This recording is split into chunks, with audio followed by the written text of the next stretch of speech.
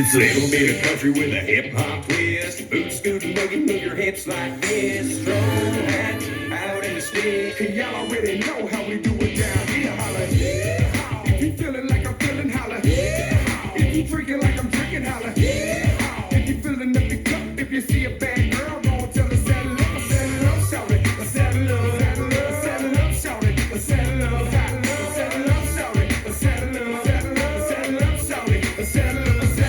It's a little bit of country with a hip hop twist. I'm not Johnny Kenny, but I'm big and rich. So if you really feel like I feel in your belly, shirt in your high heels, you can treat it like a stack of hay. And you can bail with me, we can take it to the crib, a hotel with me. Girls go crazy when they play my song. So whether tequila shots and them Jaeger bombs and the cold Coors Lights, what I'm drinking on, and taking her home's what I'm banking on. Might even drink Patron until I sing off key. Matter of fact, tell them what the next round's on me. It's a little bit of country with a hip hop twist. Boot scootin' boogie, move your hips like this. Strong hat out in the stick, and y'all already know how we do it down here. Holla.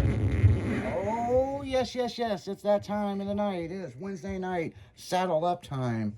And got an all-new host over here. Jimmy's going to be taking over from the afternoon show. What up, Jimmy?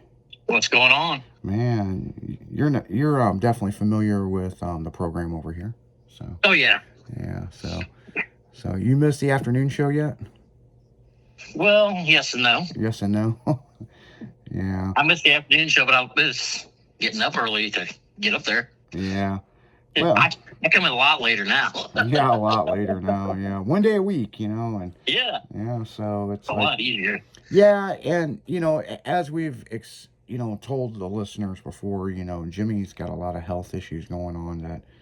Yep. It's going to take some time, and he doesn't want to leave the radio, and we don't want him to leave the radio. I mean, we need the general primate over here, but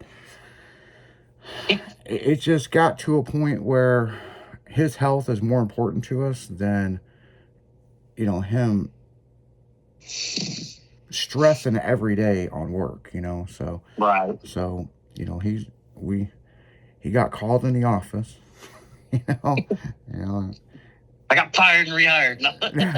He wasn't really fired, but, he's like, look, I don't want to leave the radio up, man. This health shit, man. I don't know. The sad thing is, and here's I'm going to pop this NOS energy drink and we're going to talk about this, but here's the interesting thing, people. Like, Jimmy he was in a car wreck and still made it to fucking work.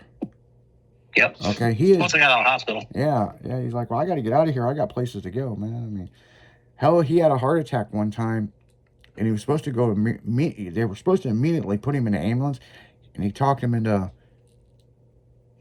someone taking him, and he's like, well, I need to go home first. I got shit to do. Like, then I'll go. So yeah, we were like, well, we gave him an option. He could do saddle up or he could do adrenaline. Yep. And he wants to be redneck. That is definitely in his DNA. And he wants to make the best damn show that you guys have ever heard, so. Hopefully. Yeah, hopefully, yeah. We talk about moonshine, talk about redneck shit, talk about mud parks, and Murder Nova swapping over going over to a Pro Charger, which I don't know why it took him so long. When they first made the deal with Blue, I figured that's what they were doing. Yeah, I figured that's the first thing they do. Yeah, that's what I thought, and I mean, don't get me wrong, turbos have got a place, man. But Pro Charger is so much more consistent. Yeah, and they have all that. It's more predictable, Well, they have all those tunes and different stuff from NPK. Right. Not saying that they're going to use those, because this is a glue track compared to a no prep track. Yeah. But here's the other thing that I really look at this. They're racing at the same damn track every time. Yeah. So, yes, the months change the air, the fuel temperature, all this other stuff. But realistically, they're racing at the same fucking track. Yeah, all the way across the United States from where they live. Yeah, and it's like, they're in Bradenton. And then every now and then, if you notice, like when they race at a different track, and he does really well. Mm-hmm. So them 60 something 90 fucking other pro mods that show up.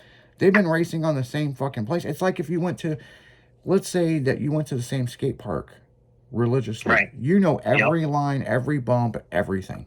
Mm-hmm. You know, so, and that's just kind of something I see with it. And I'm like, and don't get me wrong, there's pro mod races all over the United States. Oh, yeah. You know, but it's just this winter series that they're in. They're at the same fucking track, and they've been doing it forever. Yeah.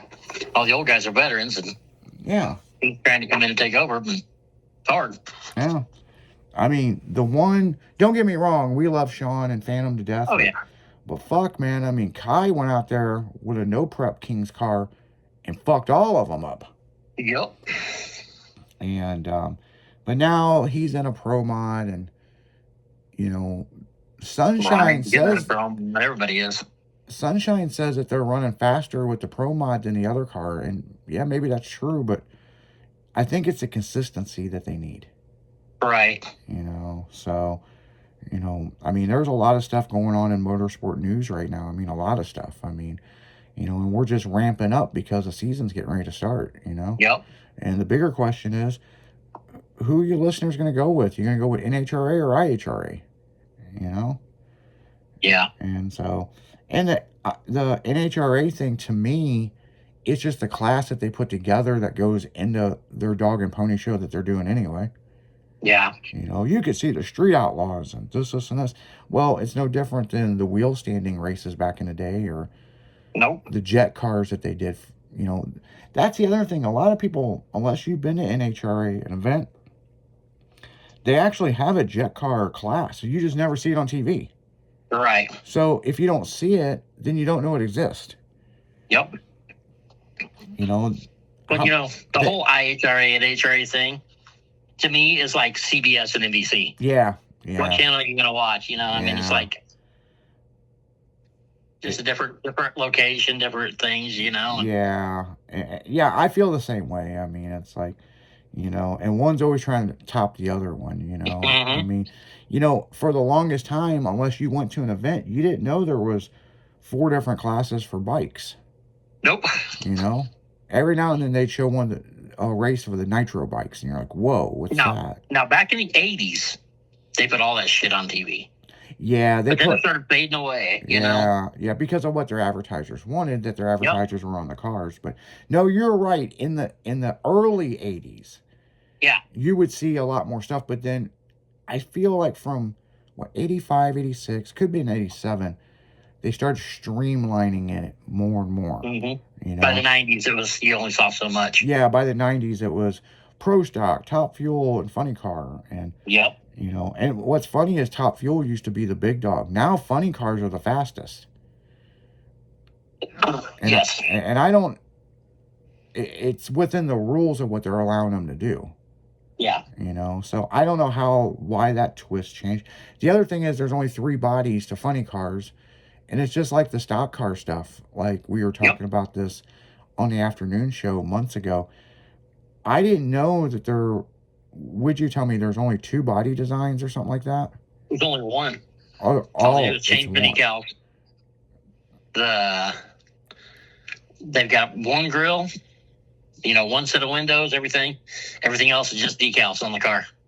Yeah, so if you're in a We got Toyota, look Ford, Chevy. yeah, if you're in a Toyota Camry, you got to make it look like a Camry, and it's like, Yeah, it's got to have Camry headlights and got to have the black around the grill to make the grill look right, you know. yeah, it almost sounds like if we were playing Legos, and you know, here's my Lego car, and put a bunch of stickers on it to make it look like an RX-7, you know. Well, they want it completely matched so everybody can get a participation trophy. Yeah.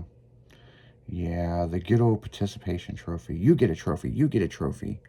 You guys did a good job. Not when we were kids, man. When we were kids, if we didn't fucking win playing sports, we didn't get shit. We didn't get ice cream. We didn't go to Chuck E. You're not Cheese. first, you're last. Yeah. Yeah, we didn't go. We didn't get any of the fun stuff, man. Losing team didn't get ice cream afterwards. Yeah, and they damn sure didn't go to Chuck E. Cheese, man. Hell no. There was no pizza party for nobody. They were going to work real twice as hard the next day of practice. Yeah. Damn right they will. So yeah, I just think it's interesting. I mean, it's like, you know, this whole fucking Oh yeah. this fucking world, it's like, everybody gets a trophy. Everybody's special. Nobody should get their feelings hurt. Well, here's the thing that made boys into men is if they were on a losing team, they're gonna fucking do what they can to be better. Right. Um, There's no accountability yeah, anymore for anything. yeah. If two teams play, they're both winners. Mm-hmm. If anybody does something wrong, well, it's somebody else's fault.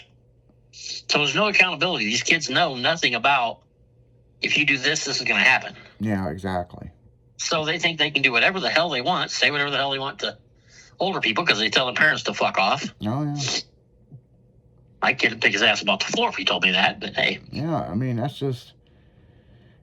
It's the hard love, man. I mean, and what's crazy to me is, like, let's flip the script on this, okay?